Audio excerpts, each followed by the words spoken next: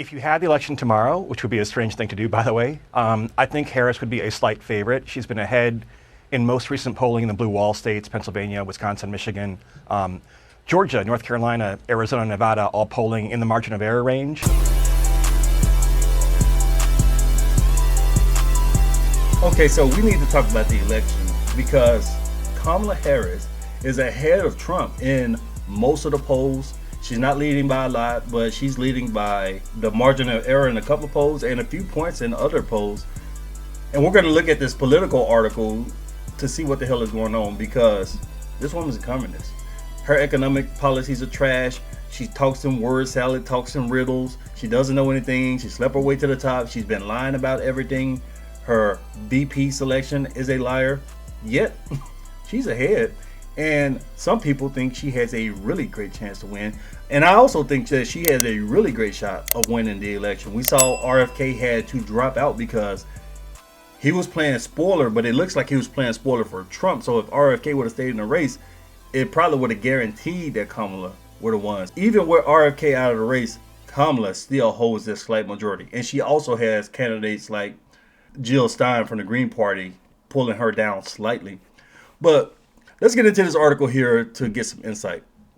Vice President Kamala Harris is just barely pulling ahead of former President Donald Trump in the battleground states, according to CNN and SSR polls released Wednesday. Harris polls above Trump in Georgia, Michigan, Nevada, and Wisconsin, the poll found, though her slight lead is either within or just barely outside the margin of error. The candidates are tied at 47% in Pennsylvania, and Trump leads Harris by 5 points in Arizona. In Arizona, that's the state with the most funny business with all of that cheating going down, but that's a different conversation. But if these polls hold, and if the election goes like this, we're in a heap of trouble. But we do know the polls have been historically wrong, especially with Trump. You go back to 2016, 2020.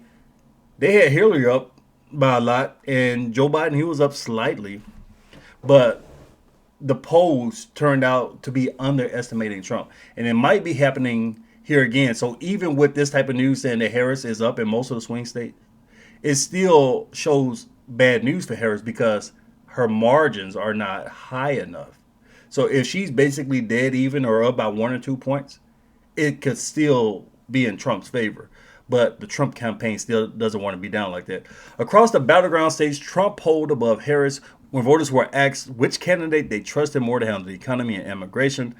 Both are major liabilities for Harris's campaign, and Trump and his surrogates have continuously bashed her vice presidency as the one that saw major inflation and a worsening crisis at the U.S. border. Two of the biggest issues.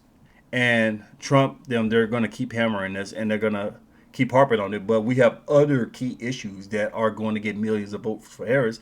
One being abortion, which is why the Republicans are infighting over IVF and other abortion-related issues, because Trump's trying to win, but the Republicans want to take a hardline stance. This could cost votes. But that's another conversation, too. And another one is that, we need to save our democracy. We got millions of people saying the number one issue for them to vote on is saving the democracy. Trump's a dictator. Man, it's crazy how emotional and brainwashed these people are. Harris polled above Trump when it came to protecting democracy. Here it is.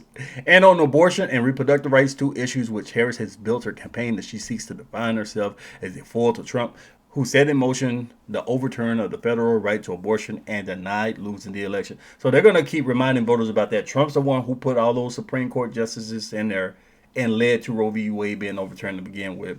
And that's pretty much two of the biggest things, power plays that the Democrats have.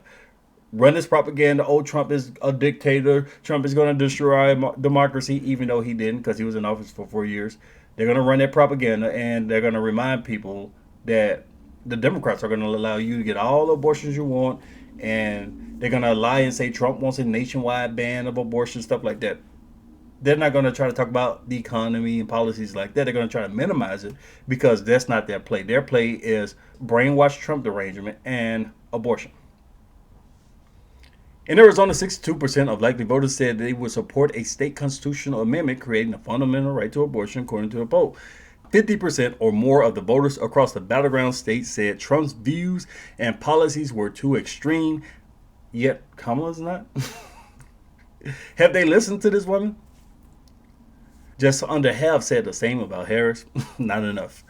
Whose momentum the Trump campaign is trying to slow down with TV ads calling her dangerously liberal.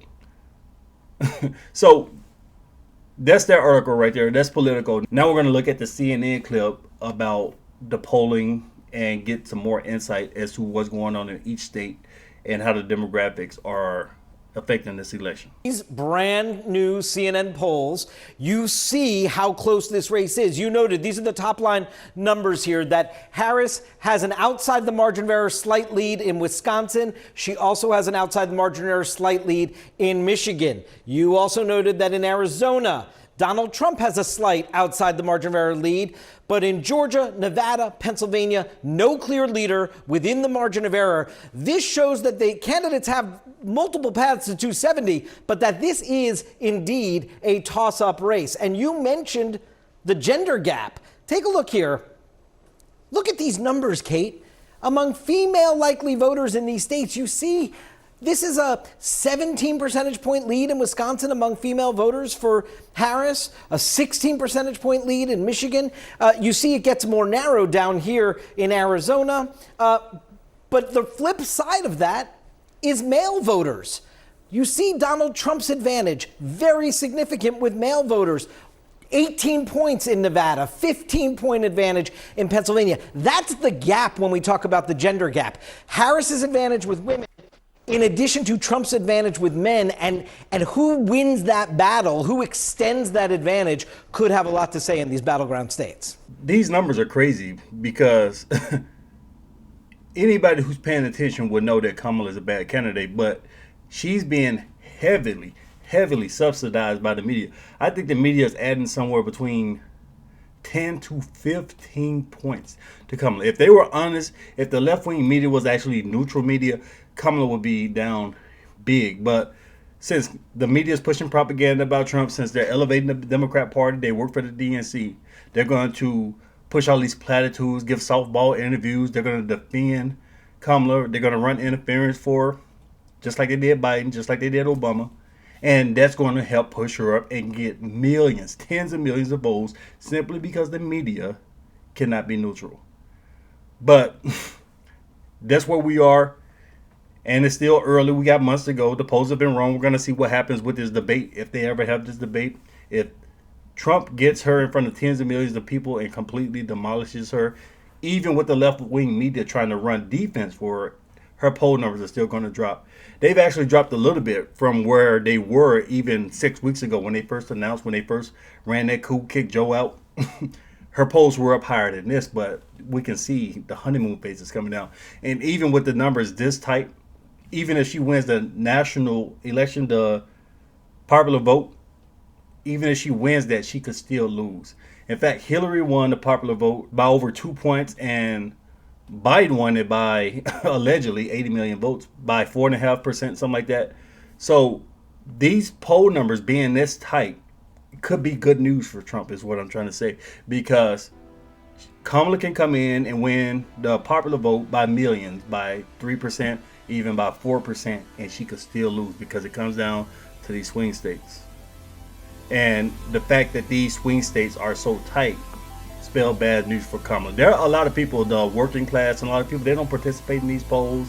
A lot of people are closet Trump voters, so they always underestimate Trump. But the real poll is what matters, the one in November. So we'll see what happens. Let me know what you guys think. Leave me your thoughts below. Share the video. Thanks for watching.